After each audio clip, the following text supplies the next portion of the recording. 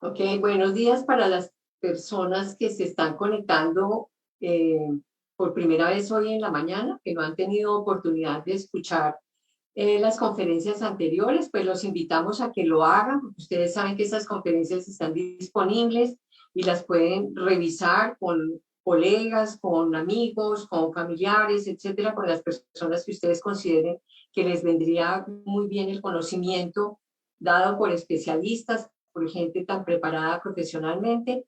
Entonces, bienvenidos todas las personas que quieran acceder a nuestras conferencias. Quiero dar un agradecimiento, digamos que global, no me voy a detener por tiempo, a todas las personas que han colaborado para que este congreso, este tercer Congreso Internacional de Psicología Online, sea una realidad. Y aprovechar también para darle gracias a todo el equipo técnico que hay detrás de apoyándonos para que estas presentaciones sean óptimas y para solucionar los pequeños inconvenientes de tecnología que a veces aparecen por allí. Bueno, tuvimos, hemos tenido una satisfacción enorme con las presentaciones que han hecho los ponentes relacionadas con todo lo que es la psicología aeronáutica. Ayer tuvimos un ponente de México, una ponente de Argentina, un ponente de Uruguay, y hoy vamos a tener un ponente colombiano. Yo creo que estas ponencias han despertado un interés y una motivación enorme por tener un mayor conocimiento sobre esta área de la psicología que realmente no ha tenido mucha expansión, desafortunadamente, en nuestro país, pero que seguramente a futuro podríamos darle mejores noticias. Quizá para el próximo congreso podamos estar hablando ya de algún programa de especialización en nuestro contexto colombiano. Entonces tenemos para hoy al capitán Rubén Lesmes, piloto instructor de vuelo, especialista en factores humanos y seguridad operacional. Su conferencia la ha denominado Rol de la psicología en los sistemas de gestión del riesgo aeronáutico. Le damos una bienvenida al capitán Rubén Lesmes y de antemano un agradecimiento enorme por haber aceptado nuestra invitación, por poder contar hoy con su ponencia y seguramente pues estamos aquí expectantes de su presentación, pero también de las preguntas que haga la audiencia. Entonces, bienvenido, capitán. Muchísimas gracias por estar aquí.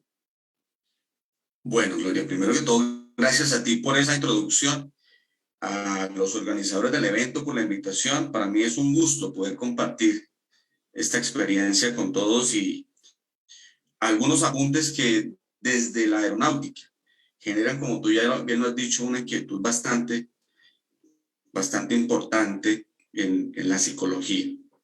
Me complace mucho poder hablar a otros psicólogos que no son o que no están en el área aeronáutica para despertar más aún este interés que no es solamente colombiano. Como ya lo hemos visto y tú lo has dicho, hay ponentes uruguayos, hay ponentes mexicanos, hay ponentes argentinos, chilenos. Realmente la aeronáutica es un tema global y esa es la función final de la aviación, globalizar la actividad del transporte. Bueno, pues para mí será un gran placer hacer este pequeño viaje por el descubrimiento de lo que hace la psicología dentro de un sistema aeronáutico que es un tema bastante apasionante y creo que no somos ajenos a que desde chicos este tema de la aviación pues nos ha llamado bastante la atención. Hablar de la psicología para un piloto, como lo decía Modesto ahorita, a veces es complejo porque nos enseñaron a ver la psicología casi que punitiva o calificatoria, entonces descalifican a un piloto o lo califican por un aspecto netamente clínico. Los pilotos en su caminar por las habilitaciones médicas han aprendido a tenerle temor a las validaciones o evaluaciones psicológicas. Luego, ser piloto y hablar sobre el rol de la psicología no es casual.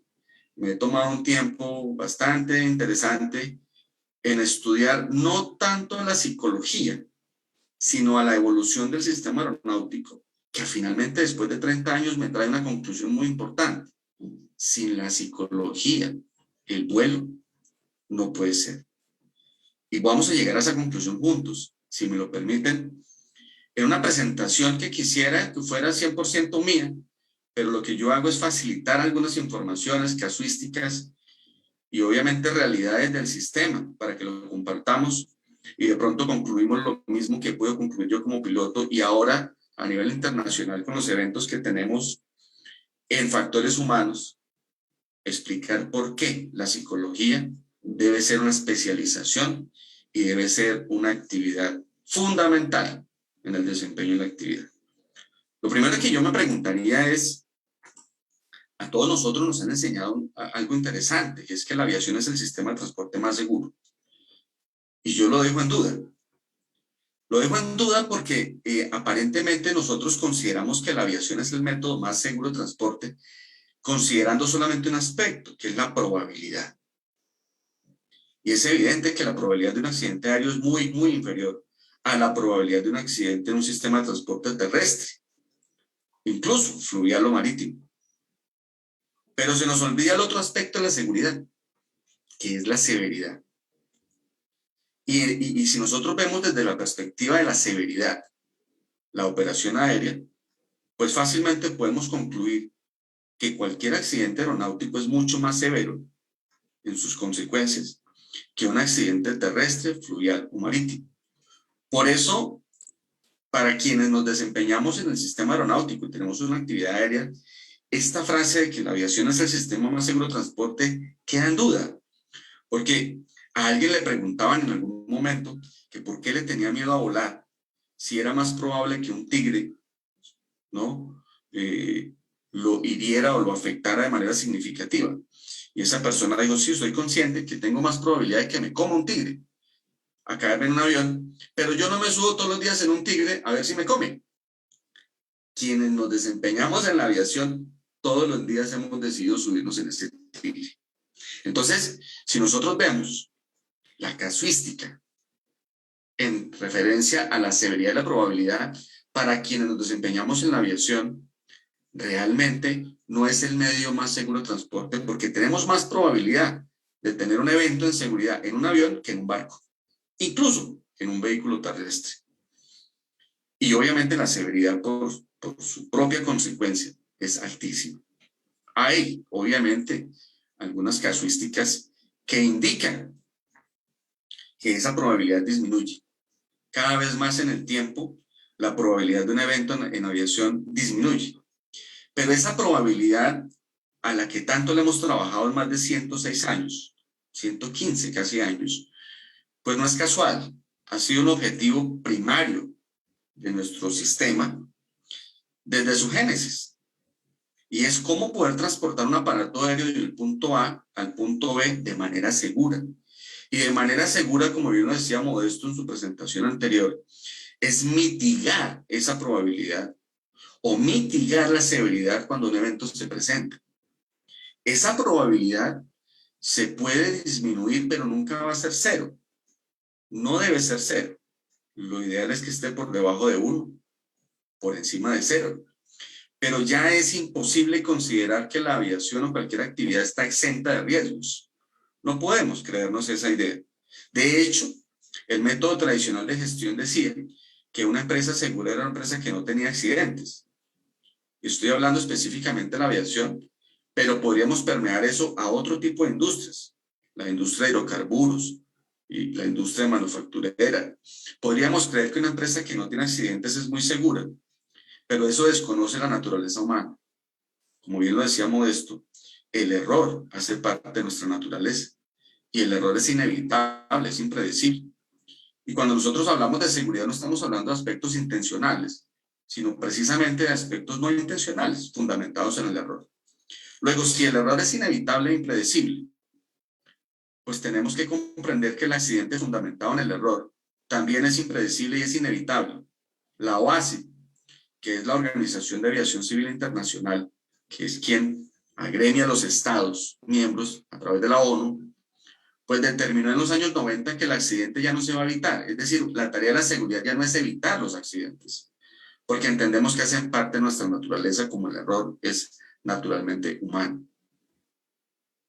En este sentido, pues hemos evolucionado en 115 años en cómo hacer que esa probabilidad de un evento disminuya, la severidad disminuya. Hale and Hoyden nos decían que hay 3 eras en el estudio de esa estrategia. Y en un principio se consideró que hacer más segura la aviación era mejorar la tecnología. Apenas comprensible, porque en los años 1900, y estoy hablando no de los hermanos Wright, sino de Santos Dumont, quien realmente fue el primer hombre en convertir un sueño en realidad, porque él no construyó solamente un aparato aéreo, lo que hizo fue cumplir un sueño, el sueño que la humanidad tenía de volar. Y Santos Dumont, ajeno a la intención de certificar su aparato aéreo, dejó un espacio de tiempo y los hermanos Wright certificaron, digamos, que ese aparato aéreo. Pero independientemente de quién fue primero, en ese génesis se consideró siempre que tratar de disminuir la probabilidad de un accidente era trabajar en las tecnologías. Consideremos que en ese tiempo la aeronave o el aparato aéreo pues eran rudimentarios, hechos con tela, huellas de bicicleta, llantas de madera, etc. Luego, trabajar en estos sistemas, en estas tecnologías, aparentemente podrían mejorar esa casuística de la accidentalidad. Pero casualmente en los años 40, cuando ya tenemos aviones de alta tecnología y sistemas de navegación avanzados y tenemos incluso las participaciones dentro de la aviación empiezan a ser mucho más democráticas, empiezan a haber controladores aéreos, empiezan a haber técnicos y empiezan a haber auxiliares de vuelo, ya hay más personas trabajando en esta actividad. Entendemos que la tecnología no mejoró la casuística, es decir, la probabilidad de los accidentes aumentó como aumentó la operación. Y nace una generación interesante, nace el estudio del factor humano. Estamos hablando de los años 50, 40 y esta tendencia va casi hasta los 70, casi hasta los 90. Porque empezamos a considerar que si el aparato aéreo no era quien nos estaba fallando, pues era apenas natural entender que lo que fallaba podría ser entonces la persona que lo está operando o la persona que lo está reparando o la persona que en un espacio aéreo está controlando ese tránsito. Entonces empezamos a hablar de la persona, pero esos inicios se fundamentaron en lo clínico. Entonces nace la medicina aeroespacial, nace la medicina aeronáutica y nace la psicología, pero en su génesis la psicología fue direccionada hacia lo clínico, casi que la salud mental.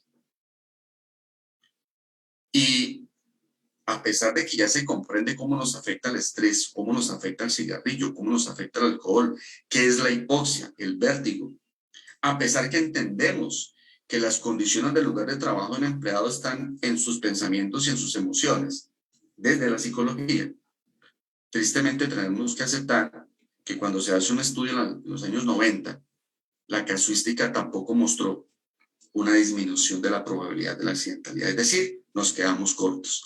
Hay un documento de la OASI 9683, que es el documento sobre factores humanos en la aviación, y que indujo el estudio de los factores humanos tanto para pilotos como para técnicos de mantenimiento, y lo orientó, y digamos que lo cubre con un modelo muy conocido por varios de nosotros, que es el modelo Shell, en donde hablamos nosotros de lo que es la participación de la interacción entre personas, considerando la información, los medios de comunicación, el entorno y las personas que están dentro del sistema de la comunicación.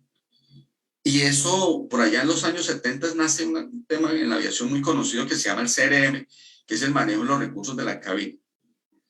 Es decir, cómo interactúan las personas en la cabina, cómo se toman decisiones entre una tripulación, cómo se involucra el tripulante que va en el avión.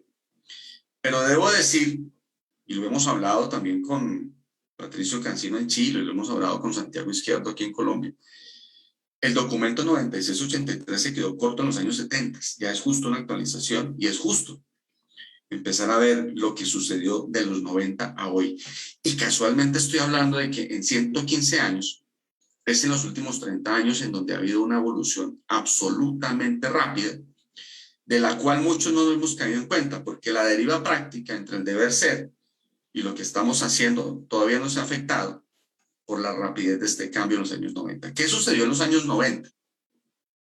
Que nos dimos cuenta en el sistema aeronáutico que más allá de ese piloto, ese técnico, ese auxiliar, la organización, las tomas de decisiones a nivel organizacional influían en las decisiones de la tripulación. Es decir, más allá de las presiones autoimpuestas, también había presiones organizacionales. Y las organizaciones debían migrar a una cosa que se llama el sistema aeronáutico, es decir, dejar de ser empresas piramidales para considerarse a sí mismas como una organización que se afecta entre sí por el comportamiento de las dependencias. Por ejemplo, hubo un accidente muy significativo en los años 70 que demostró cómo una recepcionista puede influir en la decisión de un piloto y terminar en un accidente catastrófico.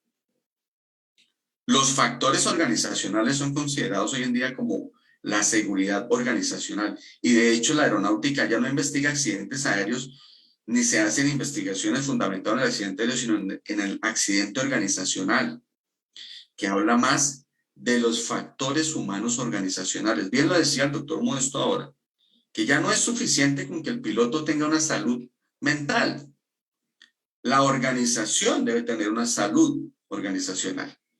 Y tenemos las herramientas claras para trabajar en ello. Genial. El sistema aeronáutico trabaja muy juicioso en la mitigación de estas probabilidades y en las catastróficas también. Y hemos encontrado que los factores organizacionales son un pilar en la toma de decisiones de cualquier individuo. Y nada más natural de entender que cualquier decisión está afectada por aspectos culturales. Y los aspectos culturales, pues pueden ser por región, pueden ser por género, pueden ser por generación, pueden ser por organización. Luego, tratar de que dos personas de diferentes culturas traten de tomar decisiones al unísono es una tarea pues bastante interesante. Por eso llamamos a la seguridad operacional una cultura. La cultura, las características que identifican la actividad aérea. No es la cultura un objetivo, la cultura es la herramienta con la que trabajamos la mitigación del riesgo. Y esto es interesante. Cuando Helen Hoyden han identificado estas tres fases, estas tres eras, pues a mí me parece importante decir también que en esas tres eras la aviación ha también cambiado en su estructura. Empezó siendo un sueño antes de los 90, antes de 1900, convirtiéndose en un emprendimiento. Luego en la Primera Guerra y la Segunda Guerra se convierte en una estrategia. Cuando se acaba la guerra es una industria, pero sucede algo importante también en los años 90. Se transforma la industria en un sistema aeronáutico y el sistema aeronáutico es sistema porque se habla de sistemas de gestión. Y los sistemas de gestión hablan de cómo se afecta una organización por el comportamiento de las personas. Nosotros ya no contratamos empleados, nosotros tenemos gestores. Y el gestor, a diferencia de un empleado, no cumple funciones, sino que su comportamiento permea procesos orientados con objetivos claros. Cuando una organización se transforma a través de un sistema de gestión, llámese de calidad, conocemos muchos, con 7 componentes básicos, por ejemplo, entrenamiento, mejora continua, medición de resultados, registro de documentos. Cuando ese empleado empieza a actuar de manera procesal, ese comportamiento demostró en la aviación que por fin la tendencia al accidente se disminuyó. Es decir, maravillosamente en los 90 se entendió que cuando los factores humanos son organizacionales, que cuando la gestión de los individuos amparado en comportamientos es considerada en la operación aérea, finalmente la tendencia disminuyó. Nosotros podemos decir que tenemos casi que un evento por cada 3 millones de despegues en aviación de aerolíneas. Y la meta seguirá creciendo. Aspiramos a tener 7, 8 millones de operaciones en ese espectro con un solo evento de seguridad. Y vamos permeando muchas más organizaciones del sistema aeronáutico, porque las organizaciones son aeroclubes, aviones de enseñanza, aerolíneas, helicópteros, etcétera. No solamente son las aerolíneas. De hecho, para conocimiento de los amigos de psicología, el 90-95% de la operación aérea realmente no son las aerolíneas, es todo lo demás. Es decir, quizás no somos conscientes, pero los aviones de trabajos agrícolas, las ambulancias aéreas, los centros de instrucción, la aviación privada, la aviación corporativa, toda esta aviación es casi el 90-95% de la operación aérea. Y ya la estadística muestra que con esa asimilación de la seguridad operacional, la probabilidad de un accidente se ha disminuido significativamente. Y significativamente no de manera de impacto de choque, sino significativamente a nivel de tendencia. Es decir, tenemos una curva de descenso continua. Eso es interesante. Pero aún no hemos llegado al rol de la psicología y lo entiendo. Vamos a aterrizar en el rol de la psicología si nosotros consideramos que también esos cambios generacionales, pues exigen del individuo que se desempeña en la aviación cosas diferentes.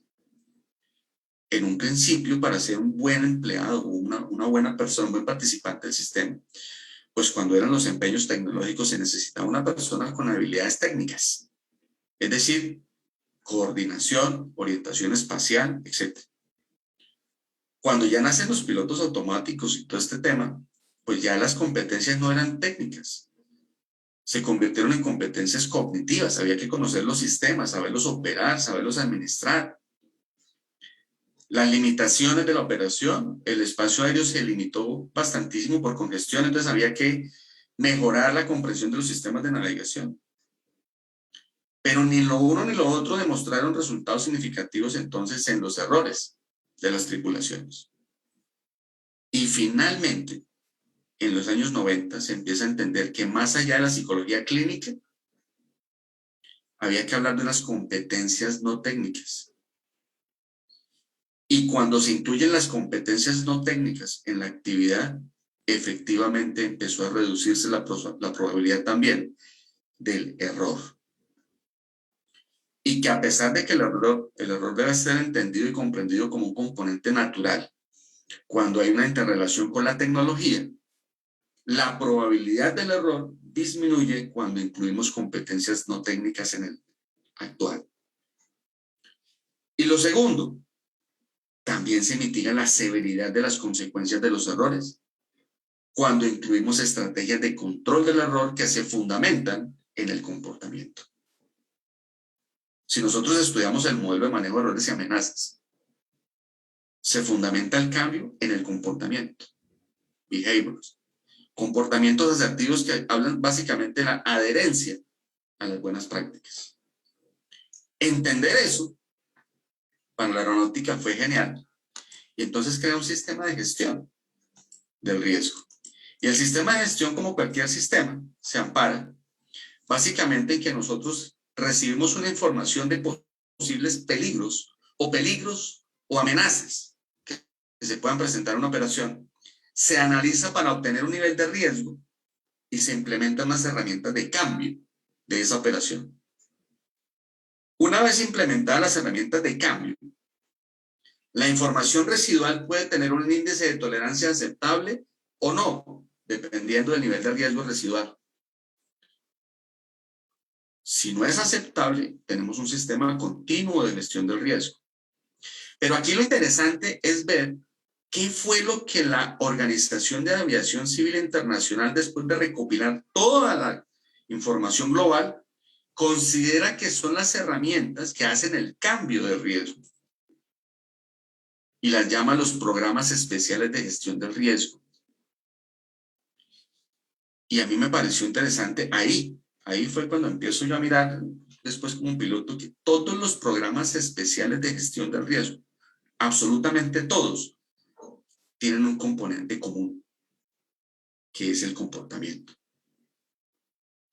Y yo decía, a mí me han enseñado y he entrenado para mejorar mis competencias técnicas y cognitivas, pero todavía no había un componente que mejorara mis competencias no técnicas fundamentadas en la actitud y el comportamiento.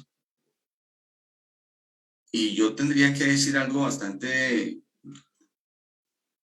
curioso, pero hoy en día el 90%, creo que poco más, de las organizaciones aeronáuticas latinoamericanas no han llegado a esa conclusión. Es decir, creen que los programas especiales de gestión del riesgo son para mejorar competencias técnicas y cognitivas. Porque la deriva práctica entre lo que se ha encontrado y se ha evolucionado comparado con lo que estamos haciendo, no ha permeado al 90% de las organizaciones. ¿Y por qué no lo ha permeado? Porque hay una disciplina que no ha entrado con fuerza a explicar cómo el comportamiento es más relevante que el conocimiento y la habilidad. Y en mi criterio, en los últimos 12 años que he estado trabajando en esto, esa disciplina es la psicología, que comprende y entiende no solamente lo clínico, sino también lo no técnico. Y las puede promover identificándolas. Me han preguntado a mí muchas veces cómo puede ser posible que usted considere que se promueve una competencia o se entrene una competencia no técnica. Yo tengo un ejemplo muy pequeño. Alguna vez me invitaron a ver a dos pilotos que iban a salir a vuelo en un vuelo de entrenamiento. El alumno participó y me preguntaron si yo quería hacer una pregunta frente a esa situación de los dos instructores y alumno. Yo le pregunté al alumno, ¿qué te da miedo volar? ¿Tienes algún temor cuando sales a volar? Y me dijo, sí, capitán, me da temor el mal tiempo, las tormentas, la lluvia, todavía me da miedo la turbulencia. Era un alumno, ¿no? Y yo le decía, bueno, pero tú tienes el reporte meteorológico, léelo. Y él leyó el reporte meteorológico. Y ahí se evidencia algo muy claro, que el conocimiento está muy bien, que la habilidad de volar el avión está muy bien, pero ese conocimiento y esa habilidad no habían mejorado su actitud temerosa frente a las condiciones que ya conoce de manera teórica. Es decir, el entrenamiento no afectó su comportamiento. Otra forma sencilla, cuando yo explico en seguridad operacional, yo le digo a mis alumnos en cátedra, si hay una escalera, les digo, si yo le dijera a usted que nadie se cae por esa escalera, usted baja tranquilo, pero si yo le digo a usted, todos los días alguien se cae por esa escalera, quizás cuando esa persona baje la escalera, cambia su comportamiento. Si el conocimiento y la habilidad no afectan el comportamiento, no tiene sentido. Porque los accidentes, por lo menos en la aeronáutica, no suceden con personas poco entrenadas o sin conocimiento. Les sucede a todos. Entonces, ¿cómo es posible que una persona bien entrenada y una persona con grandes competencias cognitivas omita procesos o procedimientos? Pues básicamente es el error lo que aflora allí. Y el error se puede controlar. ¿Qué sería la gestión del riesgo? La gestión del riesgo, para nosotros, que es disminuir esas probabilidades, se trabaja con básicamente 4 programas interesantes. La reducción de accidentalidad en las fases de aproximación, un entrenamiento que es orientado hacia la aerolínea, un modelo de manejo de errores y amenazas, y un programa que se llama vuelo controlado contra el terreno. En lo técnico no me quiero detener, no es necesario para esta ponencia. Lo que sí quiero comentar es que las 4 ponencias, los 4 contenidos, de estos programas, todos hablan de toma de decisiones, todos hablan del liderazgo, todos hablan de trabajo en equipo, todos hablan de adherencia a la norma. Y si nosotros vemos, todas estas competencias son no técnicas. Por eso tuve la oportunidad en el año 2020 de proponerle a la comunidad científica un principio. Este principio es conocido como el principio de la integralidad, que ha sido publicado como un paper y avalado en Estados Unidos y que ya hoy en día es muy conocido a nivel, por ahora, latinoamericano. y que se fundamenta en que es absolutamente necesaria la inclusión de las competencias no técnicas en los programas de selección, entrenamiento, formación y promoción de personal. Hoy en día, si nosotros vemos un proceso de selección de pilotos para aerolínea, vamos a encontrar que él tiene una prueba académica, una prueba en simulador de vuelo y por lo menos 4 valoraciones en psicología. Es decir, una proporción de 4-1 frente a las habilidades y el conocimiento. Pero no tiene sentido que eso se haga en un proceso de selección para las aerolíneas si los centros de instrucción no han moldeado los programas de entrenamiento, incluyendo las competencias no técnicas. No tiene sentido si la formación del personal no se hace incluyendo las competencias no técnicas. La aerodinámica, la meteorología, los sistemas deben permear comportamientos. Cuando hablamos de comportamientos, yo me he tomado una libertad casi que de manera grosera, y es invitar a los psicólogos a trabajar conmigo en simuladores de vuelo. He invitado a los psicólogos a medir la actitud de los alumnos después de una clase totalmente magistral y a medir los comportamientos ulteriores. Pero lo he hecho en doble sentido. También he podido orientar a los psicólogos en el conocimiento técnico, porque pues aportar una modificación de un comportamiento sin el fundamento técnico, pues no tendría sentido. Hay que entrenar a los psicólogos en aeronáutica. Esta doble invitación del psicólogo a participar en lo técnico y a quienes administran lo técnico, permitir que la psicología haga parte de sus procesos es absolutamente necesario. Es indispensable. La formación del psicólogo hacia la aviación no puede ser casual. Debe ser muy bien orientada. Por eso han surgido programas de entrenamiento interesantes.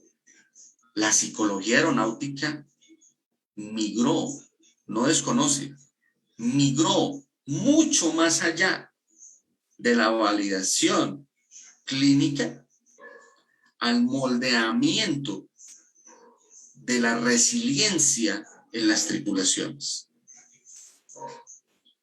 al moldeamiento de la adherencia y el desaprendizaje que es absolutamente necesario para adaptarnos a un medio que es altamente tecnológico y que evoluciona con una rapidez exponencial. La capacidad de adaptarnos al cambio es una competencia, no técnica. Y cuando la psicología empieza a comprender que es absolutamente necesaria su participación en esto, han surgido unos programas bien interesantes, bien interesantes. Un programa, por ejemplo, conocido como el EBT, o entrenamiento basado en la experiencia o en las evidencias. Este EBT básicamente busca una cosa: resiliencia. Y es curioso, porque decía el doctor Modesto ahorita que el narcisismo es necesario para creerse capaz de controlar y administrar la operación de un avión como estos. ¿Amparado en qué?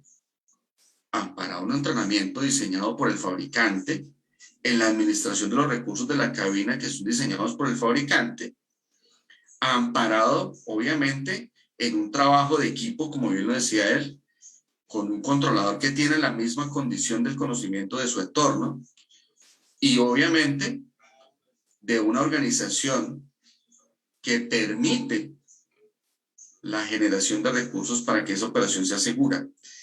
Pero más allá de esto, la aeronáutica se ha dado cuenta de algo.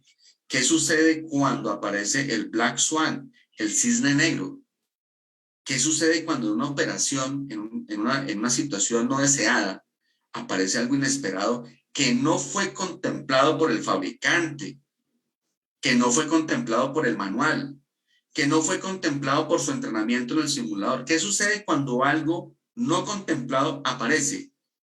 Lo único que nos queda en las tripulaciones son ellos mismos y su capacidad de afrontar con resiliencia una situación inesperada. Cuando hay un vacío y se encuentra uno con el nada, me acompaña para tomar una decisión, solo queda el ser. Y ese ser, si no ha sido entrenado en lo no técnico, tomará decisiones equivocadas. Y por eso ha habido accidentes en donde es el comportamiento el que finalmente derivó en una catástrofe y no la habilidad ni el conocimiento. Que me parece maravilloso. Cuando hoy en día hablamos de investigación de accidentes y aparece el componente psicológico en la investigación. Más allá, yo veía una de las preguntas que hacía la doctora Gloria frente al tema de qué puede pasar cuando un piloto en un accidente, y yo decía, mira, hay personas que nosotros entrenamos muy bien, amparados en un programa bastante tecnológico y que aprueba ese entrenamiento. Pero ¿qué pasa con la interpretación que le da esa persona a su propio entrenamiento? La doctora Gloria decía, ¿qué pasa cuando ese piloto de pronto tiene un componente narcisista y quiere pasar allá por encima de una torre? Pues esa es una persona que entendió mal sus capacidades o sus competencias técnicas y cognitivas, que las entendió como que tiene más capacidades, es decir, puede llegar a más límites. Cree que el entrenamiento le dio más capacidad. Y si nosotros entendemos el entrenamiento desde la perspectiva del error, no nos hace más capaces. Lo que hace es que reduce la probabilidad de un error. Si ese piloto fue entrenado sin la conciencia de la reducción del error, pues el entrenamiento entonces va a tener un efecto contrario, que es narcisista o ególatra, es egoísta. ¿Y quién nos puede hablar de ese tema? La psicología. ¿Quién puede orientar un proceso de entrenamiento que fundamente la disminución del error? La psicología. Luego debemos participar activamente entonces en simulación, en programas, en la academia, en la normativa. Porque obviamente, cuando hablamos de un sistema aeronáutico, estamos hablando de la interrelación de las organizaciones. Y la autoridad aeronáutica es una organización más, como lo es los controladores, mantenimiento, aerolíneas, etcétera, etcétera. En Colombia, hay 350 psicólogos trabajando en aviación aproximadamente. Casi todos trabajando bajo una exigencia de la norma para centros de instrucción o para algunos programas específicos clínicos de selección y habilitación de personal. Pero tenemos todo un espectro más allá de esto. Y después, ¿qué sigue? El principio de la integralidad dice que la psicología aeronáutica debe entrar con todas las herramientas a moldear la actitud y el comportamiento. La evaluación de la adherencia de esas competencias no técnicas es considerada como un programa también de validación conocido como CBTA o el Competence Based Training Assessment. Nada más que mostrar cuáles son las competencias consideradas en estos programas: comunicación, administración, liderazgo y trabajo de equipo, toma de decisiones, conciencia situacional. Bueno, creería yo que pilotos y instructores tenemos muy buenos ya. Es decir, en 110 años, la aviación ya tiene tecnologías suficientemente claras y profesionales en factores humanos suficientemente idóneos. Necesitamos ahora la psicología. Después de los años 90, hemos comprendido que los necesitamos. Es una invitación, claro que sí, a que el psicólogo considere su participación dentro del rol de la aeronáutica y muy bien direccionada a la mitigación de las probabilidades de la accidentalidad, que es el objetivo natural de la seguridad operacional. Pero también es una invitación a la academia a que considere la necesidad de especializar al psicólogo en las necesidades técnicas específicas de la aeronáutica. Pero también es un llamado y una línea de investigación abierta para concluir de manera casuística la relevancia, la inferencia y los cambios actitudinales en las personas después de haber aplicado un programa como EBT o CBTA. Decía, me gustó mucho, una frase muy coloquial del profesor Patricio Cancino, vocero de la DGAC chilena, que trabaja en factores humanos también, y decía, no esperemos que nos inviten al asado, hay que hacer el asado, hay que participar.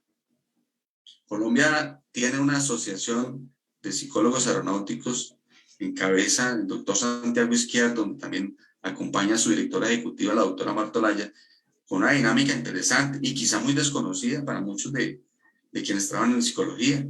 Pero lo curioso es que en Latinoamérica cada país tiene una asociación, y la doctora Mónica Gómez tiene la unión de la Asociación de Psicólogos Aeronáuticos a nivel latinoamericano. Pues eso es un capítulo abierto para todos nosotros. Me complace mucho, y obviamente podrán entender que en una línea de investigación en la que uno ha trabajado unos 12 años, pues es muy corto, 45 minutos, escasamente será un brochazo para animarnos de manera conjunta a trabajar como equipos por una cultura que se considera la cultura de la seguridad operacional, cuyo objetivo final es la mitigación de las probabilidades y las severidades, pero también la comprensión de que precisamente la multiculturalidad y el derecho a ser humanos nos mantiene y nos debe mantener en una conciencia permanente del riesgo y del error. Muchas gracias por el espacio y muchas gracias pues, por esta oportunidad, y estoy abierto a las consultas, doctora.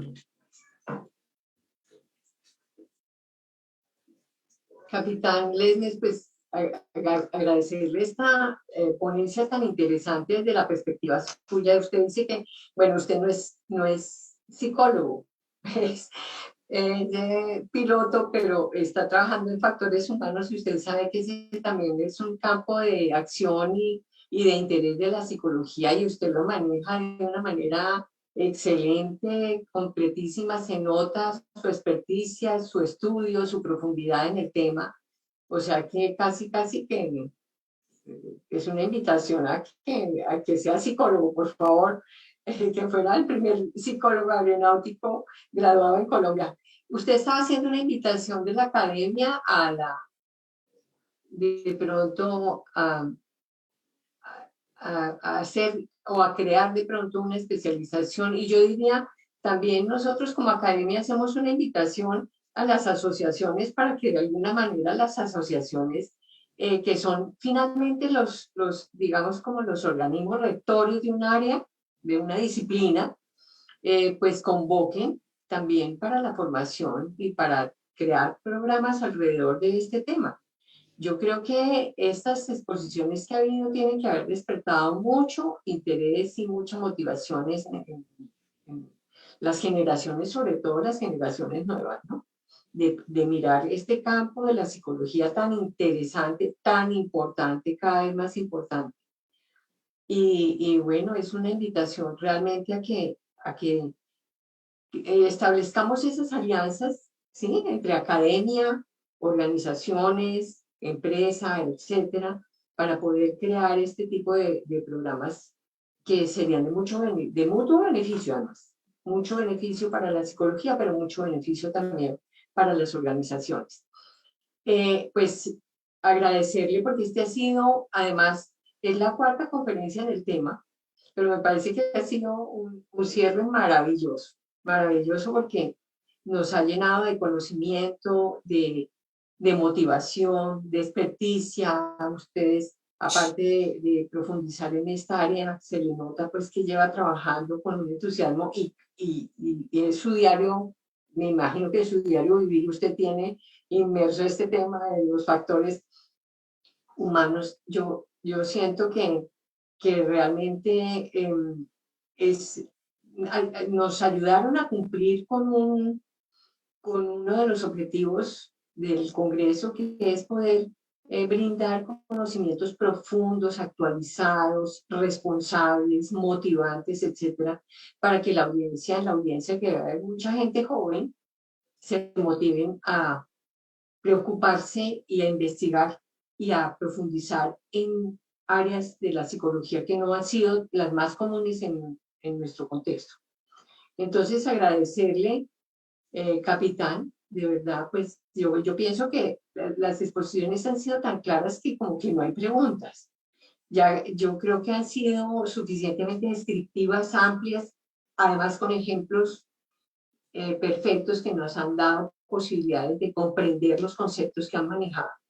Eh, Muchas gracias. Esperamos contar con ustedes para próximos congresos y de pronto si tenemos posibilidades de organizar eventos ya más puntuales sobre esta área, pues lo haremos, ¿cierto? Pues, doctora Gloria, pues obviamente que primero le agradezco la invitación, sus palabras, y claro que sí, estamos prestos porque ese es el sentido de entender, en este caso la aeronáutica de manera sistémica, y es comprender cómo la interacción de la academia con lo técnico, con lo que operativo, con lo normativo, se afecta unos con los otros, por lo tanto somos necesarios, comprendernos a nivel sistémico es absolutamente válido. Y en ese sentido, pues estoy a su disposición, claro que sí, y ya lo venimos haciendo a nivel aeronáutico, pero ahora, pues creo que esta participación, como usted bien lo dice, motiva a las personas jóvenes, motiva a otras áreas a que conozcan. Y quizás, como ya ha pasado con el sistema aeronáutico, se permee otro tipo de industria con estas filosofías, en donde realmente, hablo por ejemplo de hidrocarburos y hablo del sistema médico, en donde la mitigación de la probabilidad de los errores se fundamenta es en el comportamiento y en el entrenamiento de competencias no técnicas más allá de lo demás. Yo he tenido la oportunidad de asistir a algunas asesorías en un tema que se llama la seguridad y salud del paciente en los hospitales. Y la aviación ha creado, por ejemplo, las listas de verificación y chequeo para salas de cirugía de alta complejidad. Son procesos que nacen desde la aviación, pero que permean perfectamente cualquier otra actividad. Esta seguridad operacional no es ajena a ese mismo emprendimiento. Así que cuente con nosotros, es un equipo que está permanentemente trabajando por esa integración absolutamente necesaria. Capitán, yo me imagino, es una pregunta, ¿no? Que ustedes tienen el registro de todos los psicólogos que están trabajando en esta área, ¿sí?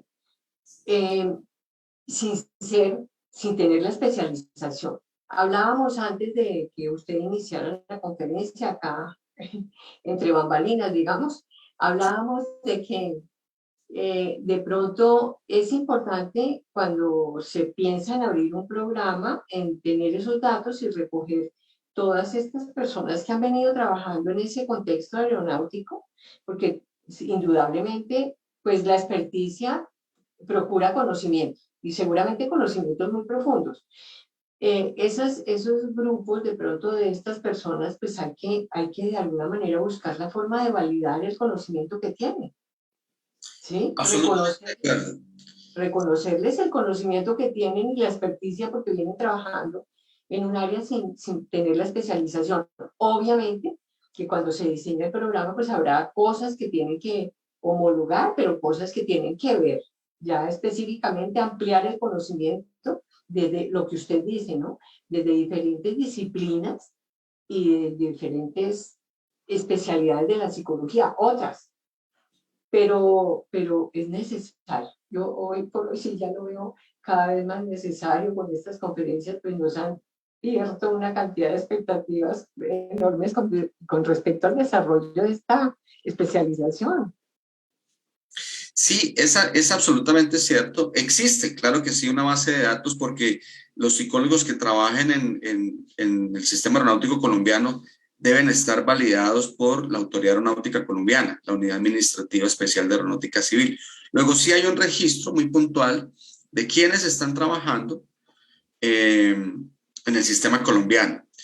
Y claro que sí, la validación de esos contenidos o esas, digamos, competencias cognitivas y técnicas del psicólogo para desempeñarse en el sistema pueden ser validadas, promovidas y actualizadas.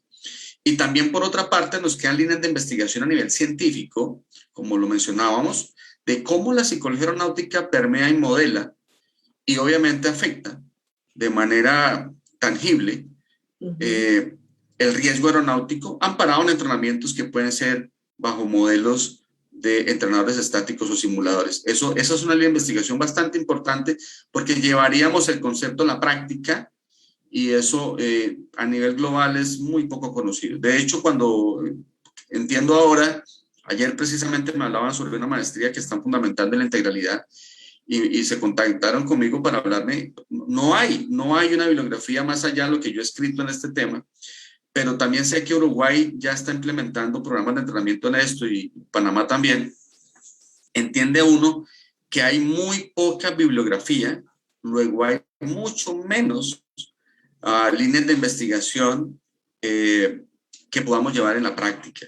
Luego, estas dos líneas son importantes para llevarlos a la academia, a la universidad y obviamente a la autoridad. Bueno, capitán, muchísimas gracias. Nos resta decirle que, bueno, felicitaciones por la exposición. Indudablemente, gracias por haber participado, gracias por haber aceptado nuestra invitación y quedamos conectados porque definitivamente no solamente esperar hasta el próximo congreso, tenemos que mirar a ver de qué manera realmente le damos un empujón a esta área de la psicología porque me parece maravilloso, además, innecesario. ¿Sí? Claro que sí, cuente conmigo y con el equipo de trabajo, doctor Gloria, muchas gracias a usted, muchas gracias obviamente a los organizadores del evento que han sido muy queridos y han estado como muy atentos a toda la organización y a los asistentes y a todos aquellos que nos han acompañado. Muchísimas gracias por el tiempo. Buen fin de semana, capitán. Muchas Igual. Gracias. Bueno, a las personas que están conectadas en este momento, los invitamos para la jornada de la tarde del día de hoy, que es ya nuestro 7º día de congreso. Darles nuevamente los agradecimientos a todas las personas que han colaborado, a las instituciones, a las facultades de psicología, a SCOFAPSI, al 9º Foro de Guías y Protocolos, a la editorial de la Universidad de San Buenaventura, que nos va a permitir hacer una primera edición de las conferencias de este año y del año pasado. Y al equipo técnico, definitivamente yo veo muy agradecida con todo ese equipo de conexiones, consultorías que está detrás, que colabora de una manera comprometida y afectiva, también muy afectuosa, comprometida con el Congreso, que ha hecho posible que todo se realice de manera óptima. Entonces, bueno, nos despedimos hasta las 2 de la tarde, que será la próxima conferencia. Buena tarde.